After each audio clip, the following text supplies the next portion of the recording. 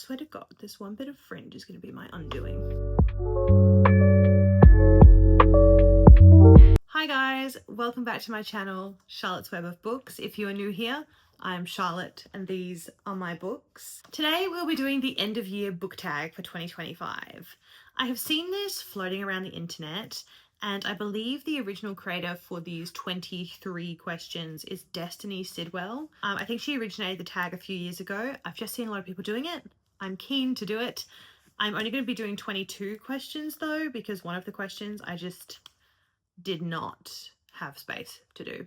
So without further ado, these are the 22 questions for the end of year book tag for 2025. I have read 33 books this year and not all of them will obviously feature in this end of year book tag, but I tried to do as much a variety of the books as possible. Rosie, if you hear things in the background, it's the puppy. Okay, so the first question for the book tag is, what was my most disappointing read for the year? This award goes to The Pumpkin Spice Cafe by Lauren Gilmore.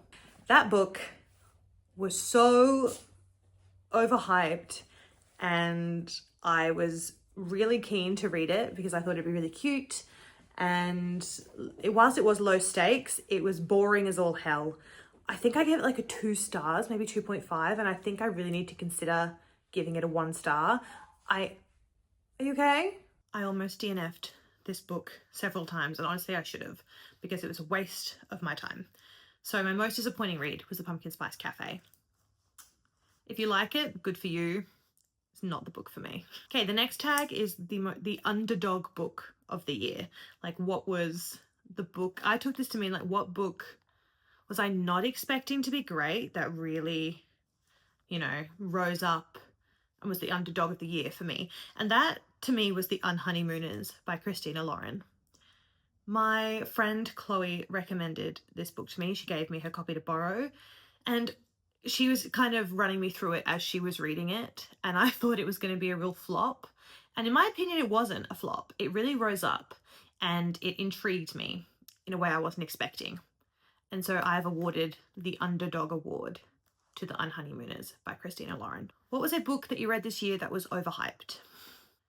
The book that I thought was the most overhyped I've already used, which is The Pumpkin Spice Cafe, but it is a series of books. So the most overhyped book, in my opinion, was the second book in this series, which is The Cinnamon Bun Bookstore. The Cinnamon Bun Bookstore. That to me was worse than The Pumpkin Spice Cafe, but the whole series was so hyped, and the only reason I got it, to be honest, was to read The Christmas Tree Farm, I think is the third one, because I really wanted to read the Christmas book, and so I bought the first couple of books because it said it was number 3 in the series and that I needed to read the first 2 to get it. I don't think I did. I didn't even finish reading the second book. I skimmed through that shit. The most overhyped, in my opinion, is the Dream Harbor series. Pumpkin Spice Cafe, Cinnamon Book Bun Store, Gingerbread Bakehouse, whatever it is. Such low stakes, and maybe I'm being a total cow by hating on the book, but I'm hating on the series. I'm so sorry. Who was your favorite book couple this year? I don't think this is going to be a surprise to anyone who has read the series, but my favorite book couple this year, actually, let me wind that shit back, because I have a runner-up, and my runner-up for the year goes to Josh and Ali from Lights Out. I loved them. I thought they were such a good pairing. They complemented each other so well. They're both little freaks. I just really loved their dynamic, and I think that they are actually perfect for each other, and they are a fantastic couple. So I really love Josh and Ali. I couldn't get them out of my head for ages. But my number 1 book couple goes to Violet Sorrengail and Xaden Ryerson from the Empyrean series. Fourth Wing, Iron Flame, Onyx Storm, baby. This couple, they are so ride or die for each other. They are insane. And I love that. I love that they are badass together. They are like top of their shit. They are powerful. They are cool. They are probably too unhinged for anyone else. It's perfect. I love them both together, and I cannot wait for the 4th book to come out so I can see what the hell is going to happen with those two. They have won my favourite couple for 2025. The next tag is who is your favourite main character for the year? And that's a really tough one because I read 33 books and I loved a lot of the characters in it. Like a solid shout out to Violet Sorrengail. I thought she was fantastic. Like solid shout out for a lot of the heroines in the books that I read this year. But my number one goes to a woman that I just aspire to be when I get to the age of 81. And that is Elsie Mabel Fitzpatrick, or Mad Mabel from the book Mad Mabel. She's just, she's Australia's youngest convicted murderer in this book, and she is also a hilariously rude, grumpy, gives no shits old woman, and she's so badass, and I absolutely love her. I enjoyed reading about her so much. She has won my favourite character award for this year, hands down. A book that surprised you this year. A book that surprised me this year was actually Beach Read by Emily Henry. I was in a bit of a reading slump when I picked this up, and I stopped reading it and started again several months later, and I was surprised at how much I loved it. I think I started reading Happy Endings or Happy Places, whatever the one is, by Emily Henry, and I stopped it. I haven't picked it up again because I was disappointed, and I thought Beach Read might go the same way. I'm so glad it didn't. I really enjoyed the book. I think I gave it a 4 or 4.5 stars. So that was a book that really surprised me because I wasn't expecting to like it as much as I did. I was pleasantly surprised. Who is your new favourite author for the year? This one's hard because I have discovered quite a few new authors this year that I really liked. I quite enjoy, I discovered Rebecca Yarros this year. I really love her stuff, and I can't actually wait to start reading some of her contemporary things. I started reading the Shatter Me series by Tahira Murphy, and I'm really loving Tahira Murphy stuff. But I think the winner for me this year is definitely Sally Hepworth. I've read 4 of her books now, and I think I've given them all 4.5 or 5 stars, like in that range. And I just really love her writing. I love that she creates characters that I genuinely believe could be real people. They are so well thought out, so much depth is given to them. She's an Australian author, so it feels like I'm reading about home when I read her. She does relatable, crazy stories that are kind of relatable. Like they're all suburban drama. They could be happening about your next door neighbor, your auntie. You know, they're so easy to digest, and they make you think. And I just love her style of writing, and I can't wait to read the other books that she has in her catalogue. So she has 100% won favourite author of 2025 in my heart. This next one was a little bit hard for me because the tag is, what is the happiest book that you read this year? But they all had kind of elements of sadness in them, I think. Even the rom-coms they had bits of sadness in them. So I had to go with a book that I gave the Underdog Award to, The Unhoneymooners by Christina Lauren. Hello, baby. I think that was the happiest one, even though there was mass food poisoning that occurred in that book, and there was a little bit of heartbreak and things. It was definitely not as intense as the other books. What is happening here? It definitely wasn't as intense as the other books, so I gave that the happiest book award, only because it was less sad than the others. So that's why I gave it that one. This is the most frustrating book you read this year. That award... Oh, darling, what's wrong? What? Do you want to be involved? One moment, I have to feed the dog. She's decided that it is dinner time. As I was saying, the most frustrating book that I read this year was Love Light Farms by B.K. Borison. I really liked the book, but the way the characters behaved was really frustrating. It frustrated the ever-loving shit out of me. I just felt like at times they weren't acting as adults, and it was really frustrating and kind of cringy, and it frustrated the shit out of me. When I was reading it, I found myself literally being like, oh my god, what is happening? And I got really frustrated. I liked the story, and I did like some of the characters quite a bit, but it also frustrated me. So Love Light Farms wins most frustrating book of 2025. Number 10 is the best adaptation from book to film or book to TV. There wasn't many book adaptations that I have seen this year. Like, I'm currently reading The Thursday Murder Club, and I know that's been adapted. I'm really keen to watch that, but I won't be doing that until I have read the book. So the one that won this for me this year was definitely The Summer I Turned Pretty by Jenny Han. I read those 3 books. I've watched 3 seasons. I think that was the best adaptation from page to screen that I saw this year. The longest book that I read in 2025. This one I did a little bit of a delve for because I thought that it was going to be like Iron Flame by Rebecca Yarros, but then I remembered the book series that I started, which is the House of Devils series. Yes, the House of Devils series by Kayla Edwards. And the second book in that series, which is City of Souls and Sinners, was big. It was long and hefty. It was a long and hefty book. So I thought, surely that's the winner. I was correct. That book was like 900 and something pages. Let me just check my little, let me check my book that will tell me how many pages it was. 973 pages long. And it felt long too. So that won that award. Solid effort there.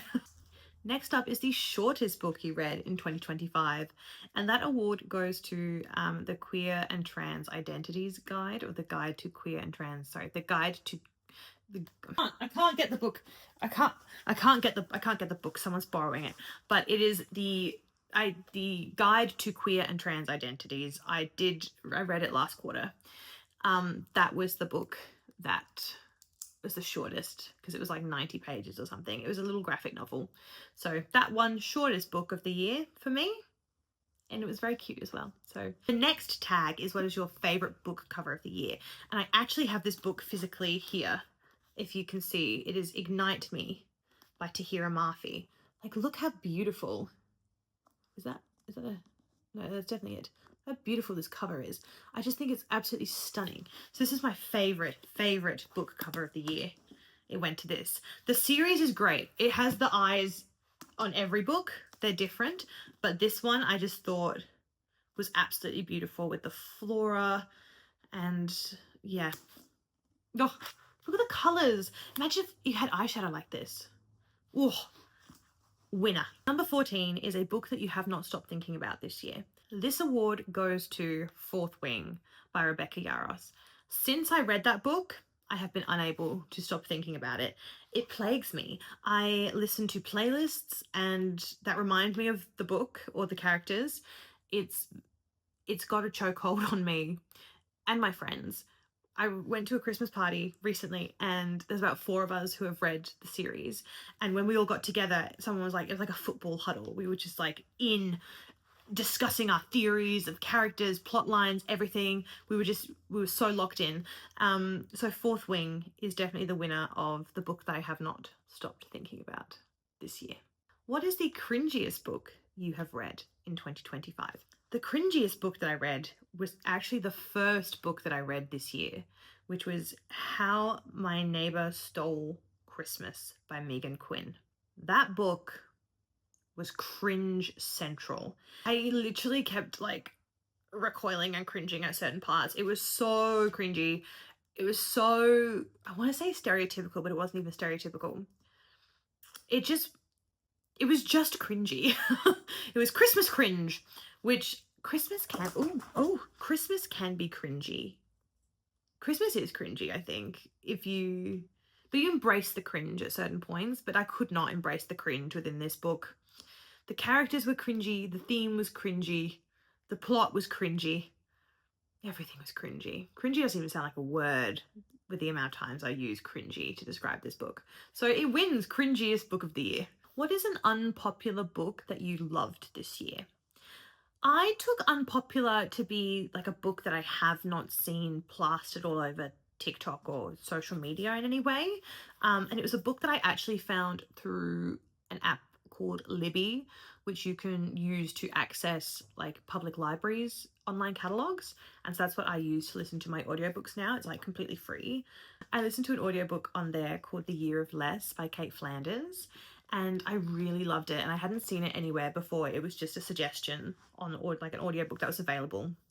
And I'm really glad that it was available because it's inspired me to change my life in 2026. But that was the unpopular book that I loved this year. So the next question I'm skipping, number 17, which is what was the book that you read, like which books were rated the highest and the lowest on Goodreads? I don't have Goodreads. I had Goodreads years ago. I now have Fable. I found Fable to be much more user-friendly. I didn't do it.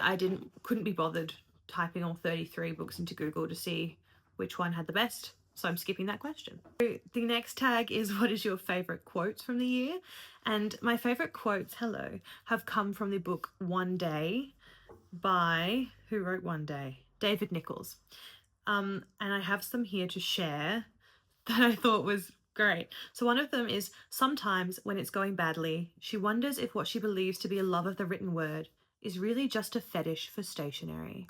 And I relate to that so hard. I also wonder the exact same thing. The quote that really stuck with me is from One Day, and if you don't want spoilers, I suggest you skip ahead by like 15 seconds. But the quote that got me is, "Then Emma Mayhew dies, and everything she thought or felt vanishes and is gone forever." I just put, stab me in the soul, why don't you? And that quote, I think about it so often. Like, it's just there in my head all the time. And it makes me sad, it makes me cry. So I have to hug my dog every time I think about it. I don't care if she doesn't want to hug me. Yeah. Thank you. That wins favourite quote of the year. The next tag is what is the most unique concept for a book that you read this year? And I think that one goes to Babel by R.F. Kuang.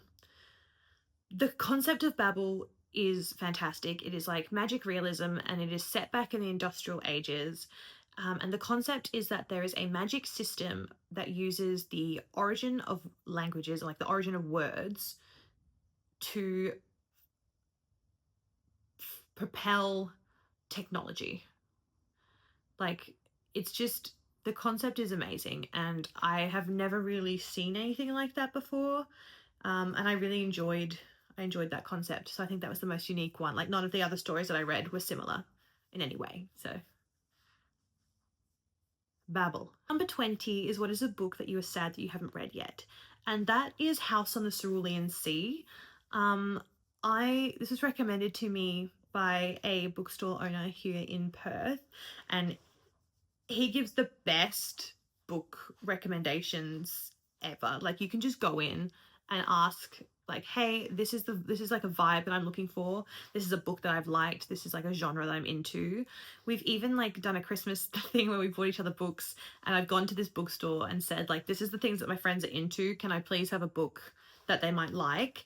And he's always recommended total hits. Stefan's Books in Perth, hit him up. But this was a Stefan recommendation. I'm really sad that I haven't gotten to it yet. It's House on the Cerulean Sea, because I asked, like, what's a book that gives Christmassy vibes? And he said it's not a Christmassy vibe, but it gives you the same feeling as Christmas. And I got that, and I'm ready to read it. But I just haven't gotten to it yet, unfortunately. It's been in my house for like a year, maybe 2 now. But I think maybe I'll pick it up as one of the first books that I read next year. My friend Chloe, I've stalked her on Fable. I can see that she is currently reading it, so I'll have someone to talk to about it. So maybe she'll encourage me to read it. But that is a book that I'm sad that I haven't gotten to yet. Okay, number 21. What is a book that you would reread? I reread a lot of books, but I have decided Fourth Wing, the Fourth Wing series, because I have in fact reread them, I guess, technically on audiobook this year. So I have to say that's the winner. The next tag is what is your 2025 reading goal? Mine is, we're still in 2025. Mine was 25 books for 2025, and I absolutely smashed it. I read 33 books. There's several books in there actually that I've DNF'd. I might do a video on that later, but 25 was my goal. Smashed it. The last tag, number 23, is what is your 2026 priority for like reading. And I don't want to set a goal or anything. I think I've put 30 on Fable, but if I don't get to it, it's fine.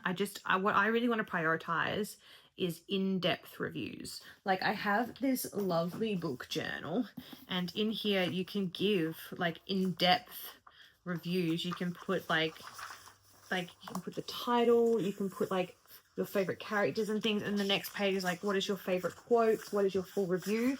And I've only been doing it for like maybe 5-star books, but I think I want to do it for every book and really like focus and reflect on what I'm reading. I would enjoy doing more full reviews. I can see you. I would enjoy doing more full reviews. So I'm going to prioritize in-depth reviews next year. Hopefully then I will have more. I would like to get more in tune with my rating, my star ratings, because I feel like they go off vibes, but I don't think they should be on vibes. So that is what I want to do next year. That is the end of year book tag for 2025, guys. Thank you so much for watching. I hope you've had a lovely festive season. I hope you have a lovely new year. And I can't wait to share more of my reading videos with you in the new year.